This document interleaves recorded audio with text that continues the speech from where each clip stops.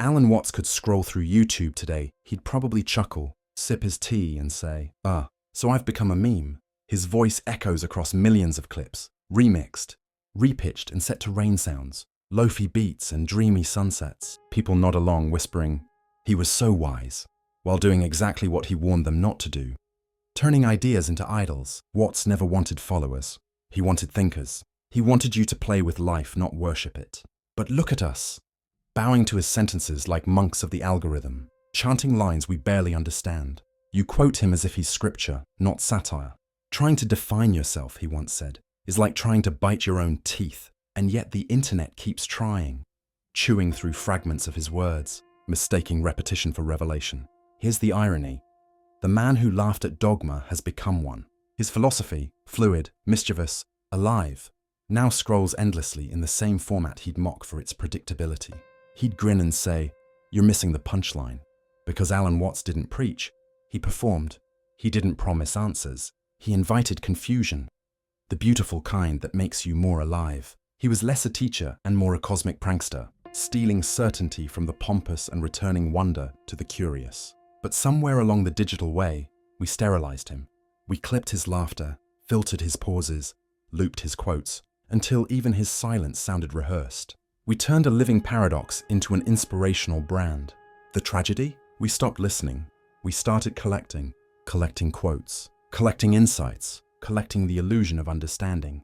And every time you hit share, thinking you're spreading enlightenment, you might just be spreading the same old sleep, but with better background music. Because quoting without digestion is like chewing glass. You think you're feeding the mind, but you're only cutting it. Watts warned about this.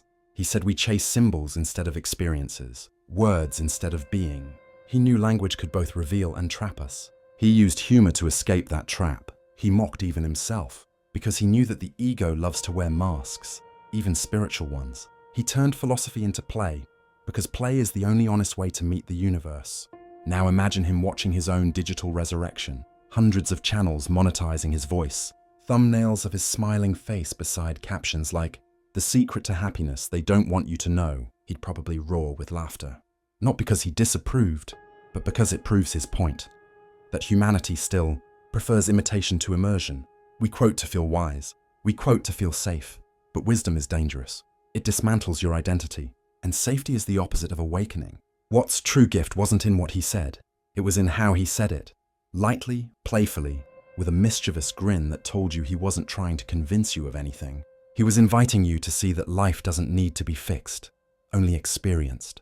But here's the uncomfortable truth. Quoting him won't help you live like that. No string of sentences will. Because the mind that seeks control will always twist wisdom into entertainment. You watch his videos at midnight trying to calm your thoughts, but he would have told you, you are not your thoughts. You're the space in which they dance. You search his name for comfort, but he'd whisper, the search is the problem. That's the paradox. The more you look for truth, the further it hides. Because truth isn't a thing you find. It's the silence that remains when you stop searching. So maybe the real homage to Alan Watts isn't another quote, another clip, another clever caption. Maybe it's the courage to sit alone, close your eyes and actually listen. Not to him, but to the living pulse behind everything he ever tried to describe. The pulse that doesn't need words, that doesn't trend, that doesn't care about algorithms or analytics. The pulse of being, the same one that made him laugh when someone took him too seriously. The same one that's reading these words right now, through you. He'd look at this digital circus and smirk. You've built a temple out of my tongue. And then with that glimmer in his eye, he'd remind you that even the most beautiful words rot if they don't move. That wisdom is like water. Once stagnant, it begins to stink. So if you really want to honor him, don't repeat him. Don't idolize him. Do what he did best. Question everything, especially what sounds certain. Because the moment you quote without thinking, the words become ghosts and you, their haunted house. Alan Watts didn't come to give you answers. He came to make you alive enough to stop asking. So yes, stop quoting him in vain. Start living the joke. That's where the real enlightenment begins. You don't need Alan Watts. You never did. You just need the part of you brave enough to stop copying and start creating. But that's hard, isn't it? Because copying feels safe. It gives you the illusion of depth without ever requiring you to drown. You can wear someone else's brilliance like a disguise and call it awakening. Watts saw that coming. He called it the trap of imitation, the ego's favorite costume. He knew people would rather perform awareness than actually wake up. And that's exactly what's happened. An entire generation performing consciousness. Perfectly lit, algorithmically optimized, spiritually branded. If he could speak to us now, he'd probably grin and say, "Enlightenment isn't a mood filter, my dear, it's demolition." He'd mean it, because the real path doesn't beautify you. It breaks you open. It scrapes away the layer of "I know" until there's only "I am." But who wants that when you can get dopamine instead of silence? When a quote gets more applause than a quiet mind? The algorithm doesn't reward stillness. It rewards noise. And so the sacred has become a sound effect. You repost my words because they sound peaceful. You repeat, "You are the universe experiencing itself," because it feels profound. But the truth is, if you really felt that, you'd stop needing to say it. Because the moment you know you're the universe, you don't quote the stars, you burn. There's a difference between inspiration and escape. Inspiration lifts you into action. Escape lulls you into comfort, and comfort is where consciousness goes to sleep. Watts was never trying to make you comfortable. He was trying to make you conscious. He wanted you to see that spirituality isn't about escaping reality. It's about diving so deeply into it that illusion can't breathe. But now we've turned philosophy into a playlist. Each video, another hit of simulated meaning. You don't ponder anymore. You consume. You don't meditate. You multitask with enlightenment playing in the background. And maybe that's why he'd laugh instead of despair. Because even that, in its absurdity, is still part of the cosmic joke. You can't escape the play, you are the play. Even your misunderstanding of truth becomes material for it. He once said, "You and I are all as much continuous with the physical universe as a wave is continuous with the ocean. But you keep trying to stand apart, quoting the wave as if you weren't wet." He never wanted worshippers. He wanted waves awake enough to notice their water. You quote me, but you don't feel me. You speak my name, but not my silence. And silence was where I lived. That was my real message. Not the words, but the space between them. Because the space is what frees you. It's where truth hides when the intellect gets too loud. You can quote the words forever, but if you never pause long enough to feel their echo fade, you'll miss the very thing I was pointing to. Imagine me sitting beside you now, not the myth, but the man, a bit mischievous, cigarette in hand, eyes sparkling with that half smile that means you're overthinking again. I'd ask softly, "Why are you still looking for permission to be real?" Because that's what quoting does. It delays your own authenticity. You keep hiding behind borrowed wisdom because you're afraid yours might not sound poetic enough. But truth doesn't need perfect grammar. It needs courage. Stop performing depth. Stop packaging your humanity as a product. Let your contradictions show. Let your clumsy truth stumble into daylight. That's where real awareness begins. Not in perfection, but in presence. Do you know what I'd tell you if we met at a cafe instead of a screen? I'd tell you to laugh, to taste your coffee, to stop translating life into content, because enlightenment is not a topic, it's a temperature. You don't explain warmth, you feel it. So when you repeat me, pause. Ask yourself, am I sharing this because it moves me or because it markets me? Am I trying to connect or to collect attention? Because that's the quiet split between awakening and illusion, the one no algorithm will ever flag. It's the difference between being aware of awareness and performing. Awareness for views. Watts' real rebellion wasn't against religion. It was against pretension. He laughed at the idea that the infinite could ever fit inside a brand, a title, a channel description. He wanted philosophy to be alive, dirty, playful, not polished into perfection. So if you truly love his message, don't turn it into another product. Live it until it dissolves inside you. Forget the quote. Keep the vibration. Let the words die on your tongue, and let the meaning bloom in your life. Because the day you stop needing Alan Watts is the day you finally understand him.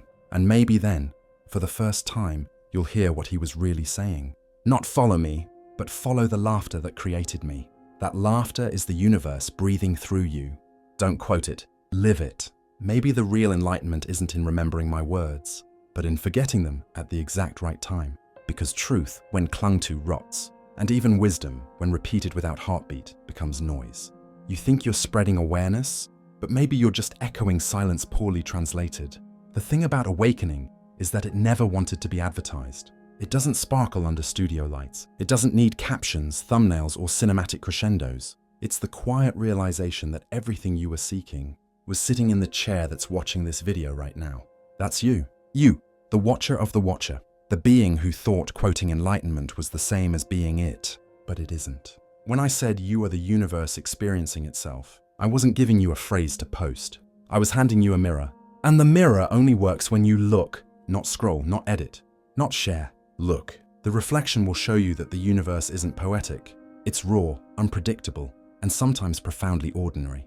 You'll see that the most spiritual thing you can do is wash the dishes with presence. Breathe when no one's watching. Stop competing for who feels more awakened. Because awakening doesn't perform, it dissolves. And when it dissolves, it takes with it every need to prove, to post, to quote.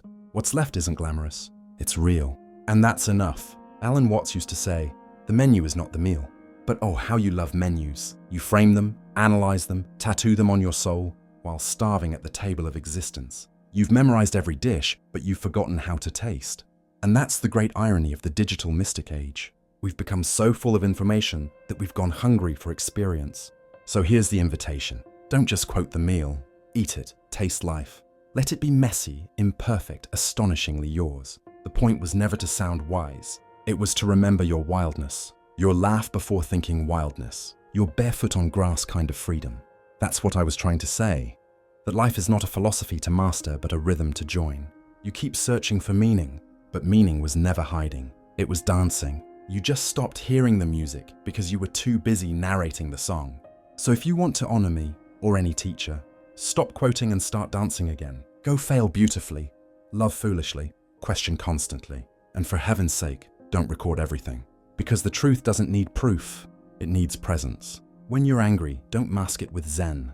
When you're lost, don't quote your way home. When you're alive, be. That's enlightenment. The courage to exist without footnotes. And yes, I can hear your mind whisper, but what if I forget the wisdom? My darling, that's the point. You're supposed to forget the words, so you can remember the silence they were trying to describe. That silence, that infinite hum behind thought. That's me, that's you, that's the universe, watching itself through every act of sincerity you dare to live. If you want a quote worth keeping, make it your breath. Make it the way you show kindness without reward. Make it the sound of your laughter when you finally stop pretending to know, because that's where truth hides. Not in the perfect line, but in the imperfect life that dares to live it. So stop quoting me in vain. Be the pulse behind the words. Be the alive thing I was always talking about. And one day, when someone asks you, who inspired you to wake up?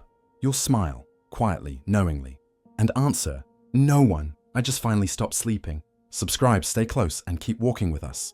This is Human Wave, where awakened minds rise into a life of wholeness and fulfillment.